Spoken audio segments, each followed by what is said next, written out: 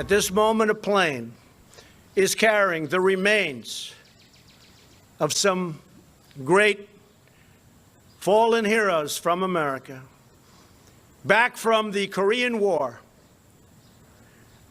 They're coming back to the United States. And I want to thank Chairman Kim for keeping his word. 65 years have come and gone since the end of active fighting in the Korean War. But today there has been an important step towards closure for some of our families, as North Korea handed over dozens of small flag-draped caskets believed to contain the remains of American service members. Still, we don't know exactly what happened to thousands of our brave men in uniform, among them the fathers of my next guests. Lieutenant Hal Downs' plane went down in January of 1952 when he was just 26 years old. At the time, he had a young son and a daughter on the way. Captain John Henry Zimmerly was on a mission in March of 1952 when all contact was lost with his plane, and he left behind 2 young sons. These sons have dedicated their lives to helping families like theirs get their loved ones back and get answers. John Zimmerly and Rick Downs join me now. Welcome, gentlemen. It's good to have you back on the program. John, let me start with you. What does it mean to you when you see those small caskets draped in those blue flags? Well, obviously it was an emotional moment where all of the family members have been communicating over the years, and we all feel like brothers and sisters. And so we really expect that these remains will have some effect on some of the families that we've become so close to. And Rick, your thoughts as you looked at this? It was a very solemn procession, and I know it's a long road for these caskets to get, to continue here and to get some resolution in terms of the DNA and the testing that will be done on them. But emotionally, what did you feel today when you saw all this? Well, it's hard to. We've been holding back those emotions for so long. It's not a switch that just comes off, especially if you've been kind of pursuing all the other issues that go with it. But just the whole process of having to go through this, and I actually personally allowing myself to feel emotions that I haven't really been allowing. That's kind of a new thing for me. Rick, just staying with you for a moment, what would it mean for you if you, and what would you do? Would you have a ceremony if you do get to that point where you have remains that are positively identified as those of your father? How will you proceed then? Well, emotionally, that question's kind of difficult to answer because you're talking about something I don't know how to feel. Actually learning what happened to him and feeling convinced that I have him back.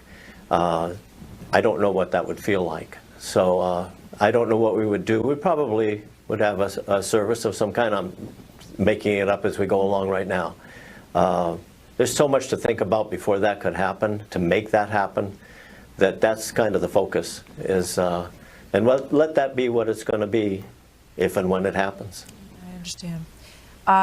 John, in terms of the process, I know some of the families do not want these remains to go to Hawaii to a government lab. Can you explain what your issue is with that?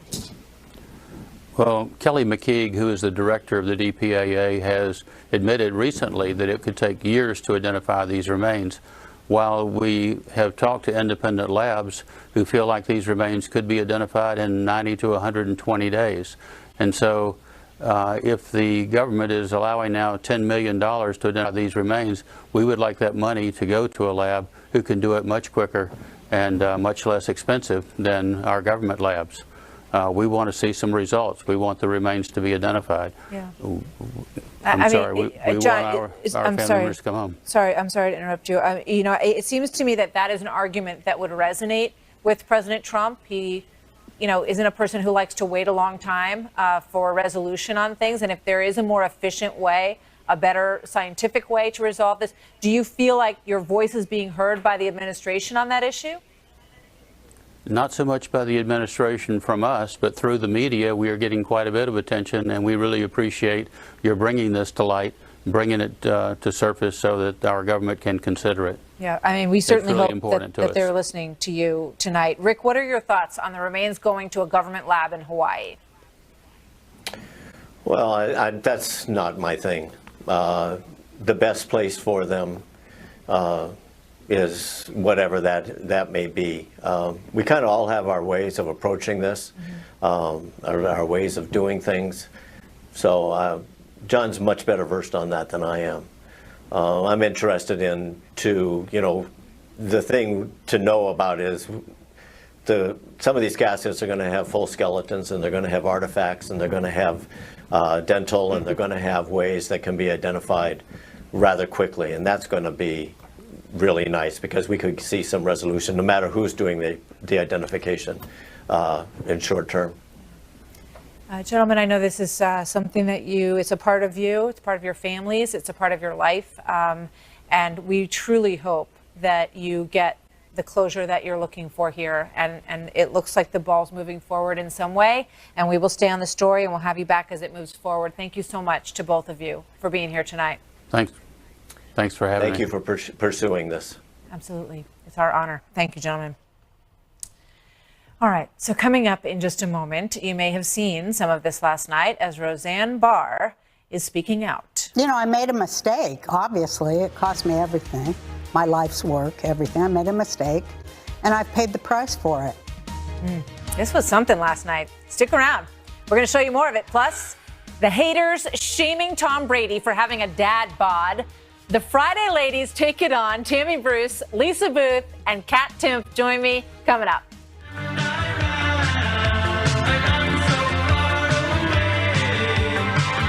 Speaking out last night to Sean Hannity. This is the first time that she has broken her silence on TV since her controversial tweet that ended her hugely successful comeback show. And in case you missed it, here's what happened.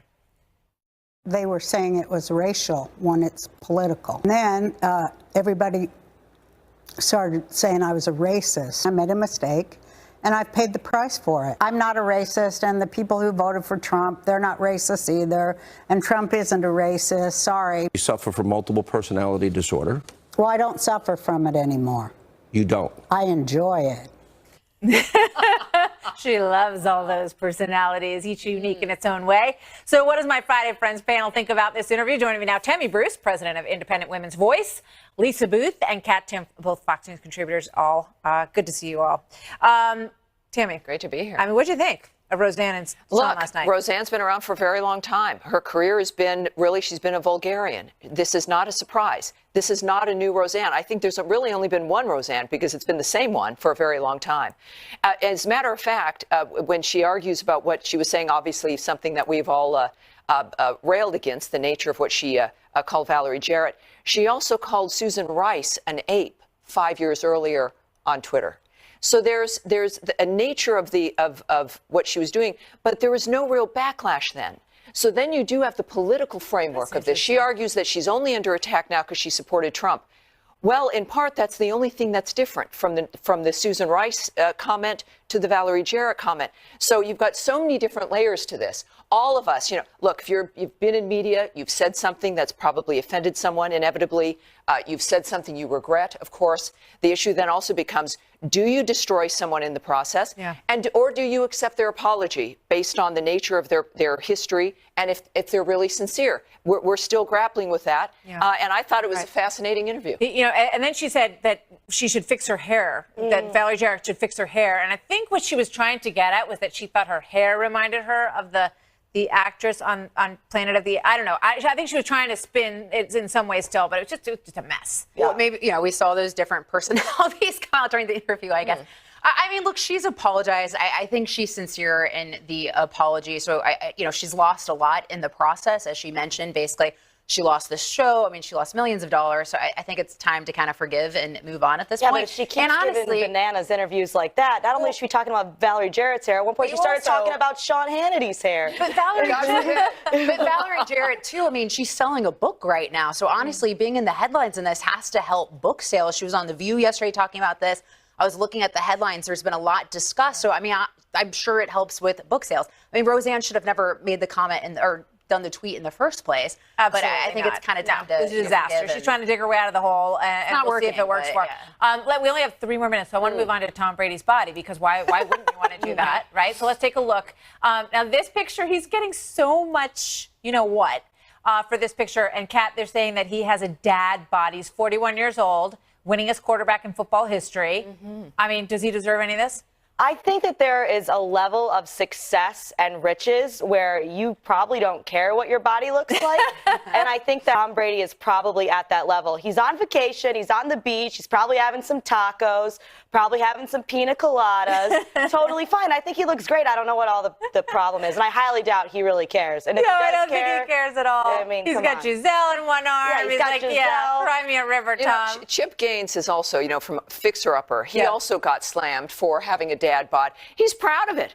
And this is role models for every regular guy out there who doesn't look like a bodybuilder. I think it's fabulous. Also, they're dads, so it seems appropriate. That it's a They've dad got bod. kids, so they've got a dad bod. Also, that dad bod is earned him, tens of millions of dollars. I think he had a $40 million contract he had recently signed. Also, he's one of the greatest quarterbacks in the history of the NFL. I so mean, think I he's have just the fine. book TB12, and it goes through his entire diet and what he does to work out It's and all of that. tough. And he's not a weightlifter. He doesn't Right. believe in that. So this is the body. It's called pliability, and this is what he's worked toward. It's supposed to be pliable. It's a different look. You've It's not become the an Mr. expert. Universe That's look. what I want to know. That's my look Callum too. is an It's expert on this pliable. issue. Because I'm a huge There you Patriots go. fan. That's right. who needs abs? I've never dated a man with abs.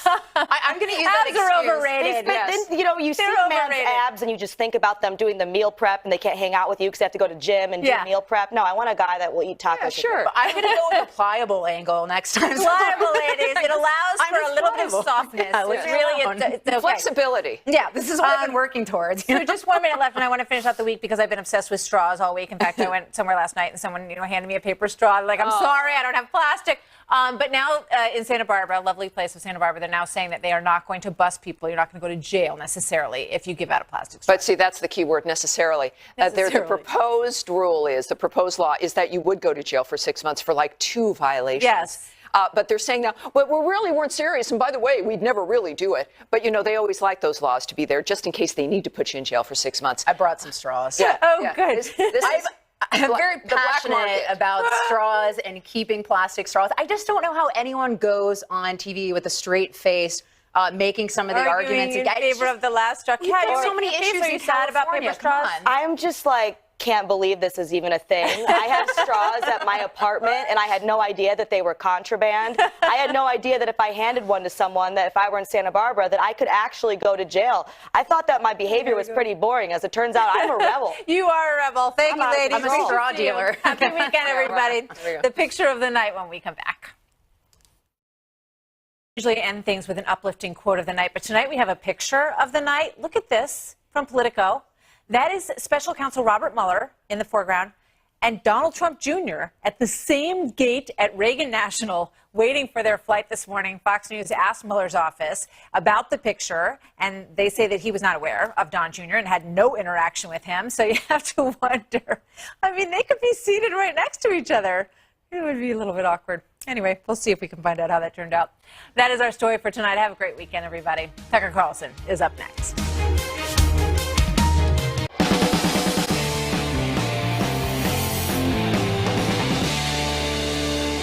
Good evening and welcome to Tucker Carlson Tonight. Happy Friday. According to a news report that dropped last night, Michael Cohen, that is, of course, Donald Trump's former personal attorney, is prepared to testify in the Mueller probe that the president knew about a June 2016 meeting in New York City between his son, Don Jr., and a Russian lawyer who had claimed she had dirt on the Hillary Clinton campaign. That's the claim.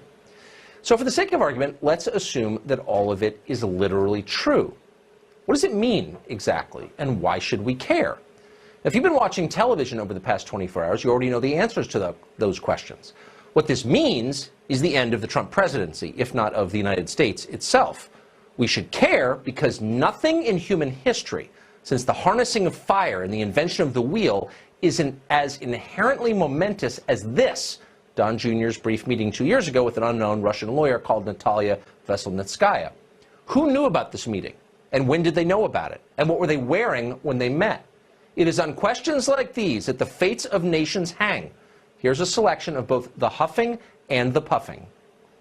That puts Donald Trump in a conspiratorial mode on this issue before the fact. That evidence on its face, if it was supported, would be an impeachable offense. It shows that he had prior knowledge that the Russians were seeking to do this, and he didn't stop the meeting. He was giving a green light for the Russians to interfere.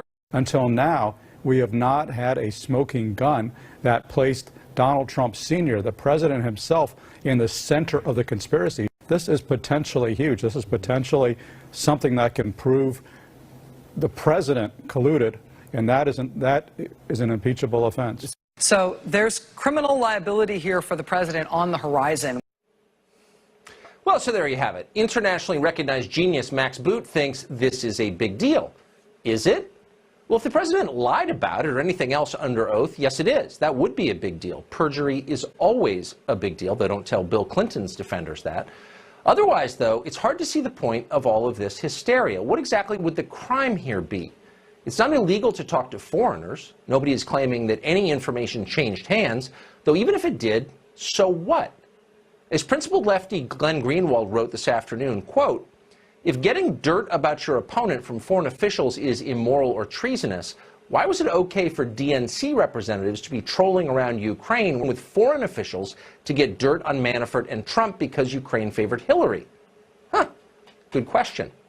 Keep in mind, too, that the Democratic National Committee and the Clinton campaign both paid a foreign national, his name is Christopher Steele, to gather damaging information on Donald Trump from other foreign nationals, including and especially from Russians.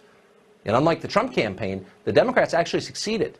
They produced an entire dossier based on misinformation from Russian sources.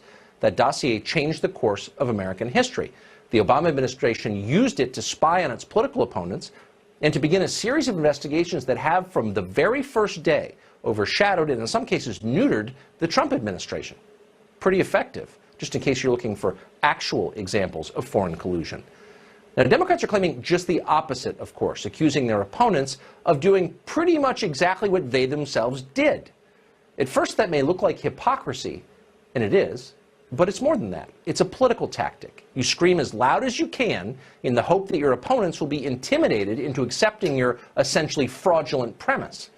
It often works, and that's exactly why they do it, but it only works when the rest of us play along with it. So let's stop playing along with it.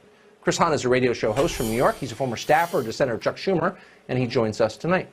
So can you explain to me, Chris, why, if it's wrong to meet with Russians in the hope of getting dirt on your political opponent, it's okay to pay a foreign national to get dirt from Russians about your political opponent, which the DNC and the Hillary campaign both did?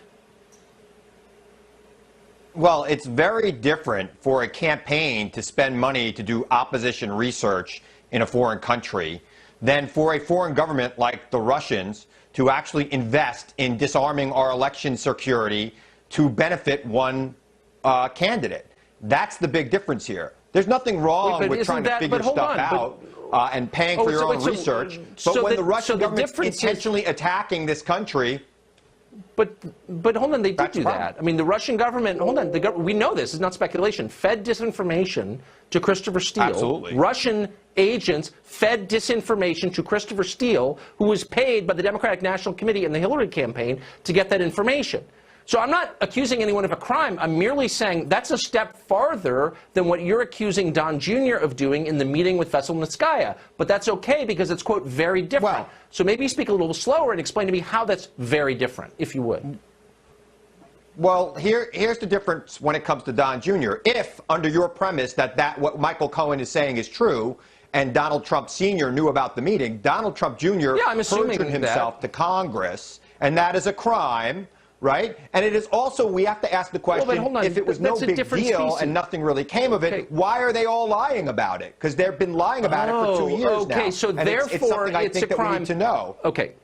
Well, let me just say, I stipulated at the outset that lying under oath, this will come, this will come as a surprise to Clinton defenders, is a crime that we ought to take seriously, and I do take it seriously. And if it's shown that anyone lied under oath, I think that person should be punished for that, because it's a crime. Right. I believe in punishing crimes, including entering the country illegally. And under your premise, that you started aside, the show with, Donald Trump Jr. would have lied. Right. Well, I don't know that. I don't know anything about what he knew. I don't know if Cohen is telling the truth. I don't know why Trump would hire Cohen in the first place as his lawyer. There's a lot I don't know. But what I do know is the core accusation that somehow it's immoral to meet with the Russian source to get dirt on your opponent is exactly what the DNC and the Hillary campaign successfully did. But you're cool with that, but it's treason when Trump does it.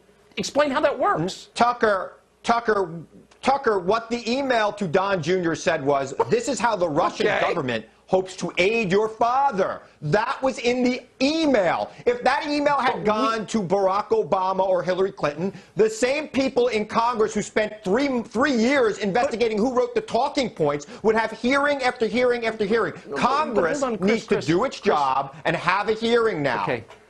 But why shouldn't we have, since we know that the Russian government aided the Clinton campaign by giving false information to Christopher Steele, no, we having don't been know paid that. to gather we don't know that. Yes, we do know that. We don't know that. We don't know that, that he got his information from Russia. We don't. Well, they testified in Congress under oath that he did.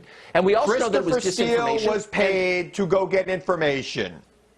From the Russians. Where do you think the information came from? From wherever he could get it from. From the Russians. He was not given a direction by the. He was not given direction by the Clinton campaign on how to do his job. Hold on. First of all, you don't know that, but we know for a fact that he got information from the Russian government. Hold on, but that's not a big deal because look, this is just ludicrous. Right. It's a farce, actually, and I must say, sick of playing along with it.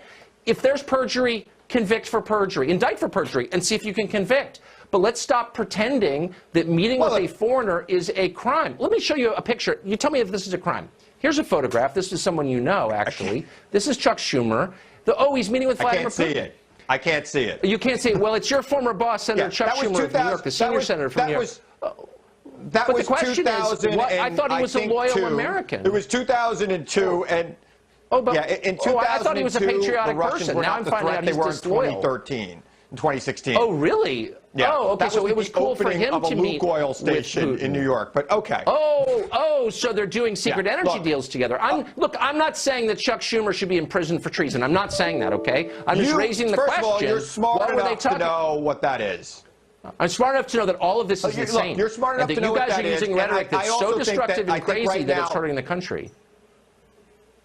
There could be, what has to happen here is Congress needs to have an investigation to know exactly what went on. To get to the bottom of what Chuck Schumer was talking to Vladimir Putin about. And we can get to the bottom of it. And we could have the truth. If you want to have a hearing about what Chuck was talking about at the Lukoil station where they were eating donuts, go right ahead and do that. But we want to have a hearing right now about what happened in 2016 and what's happening right now to this country.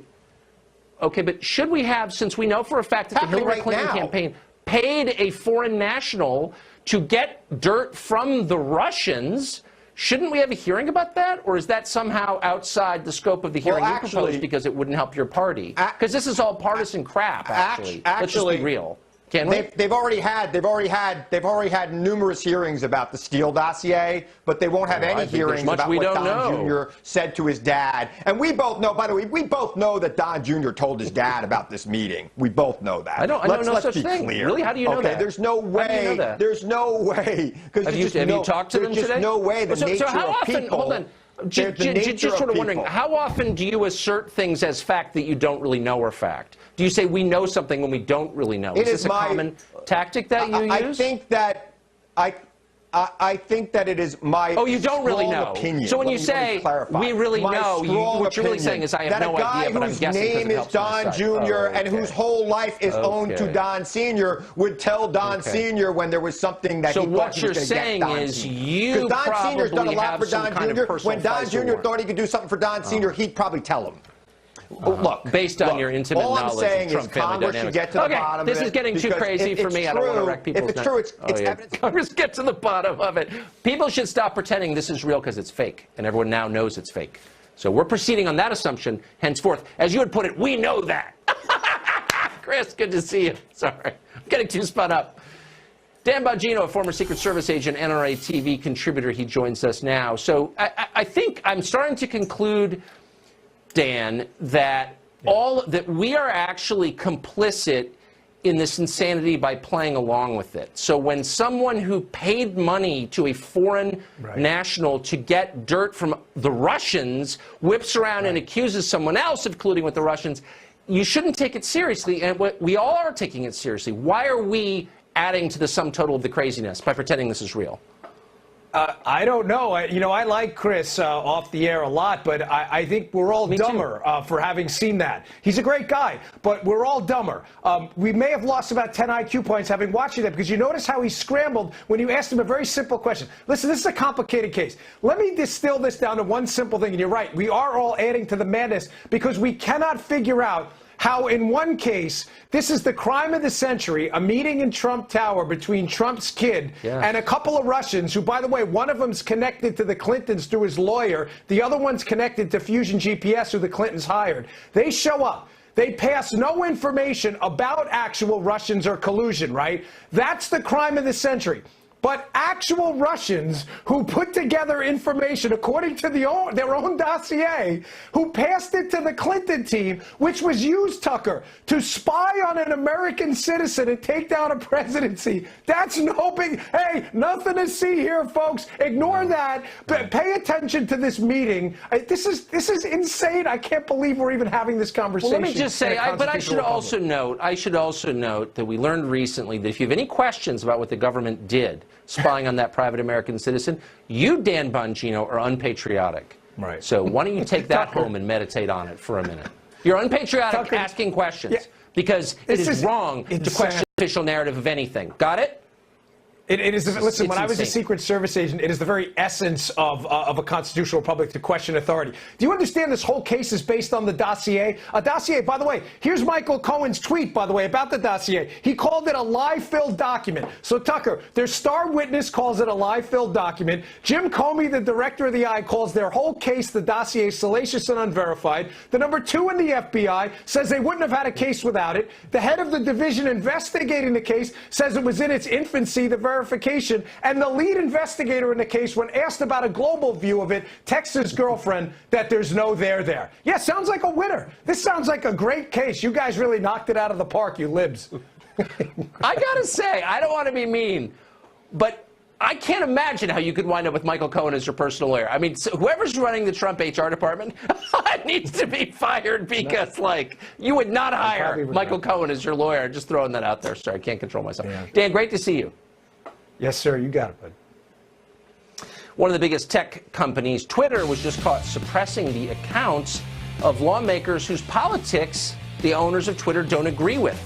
One of those lawmakers taking action, and he's going to join us next to explain what he's going to do. Stay tuned.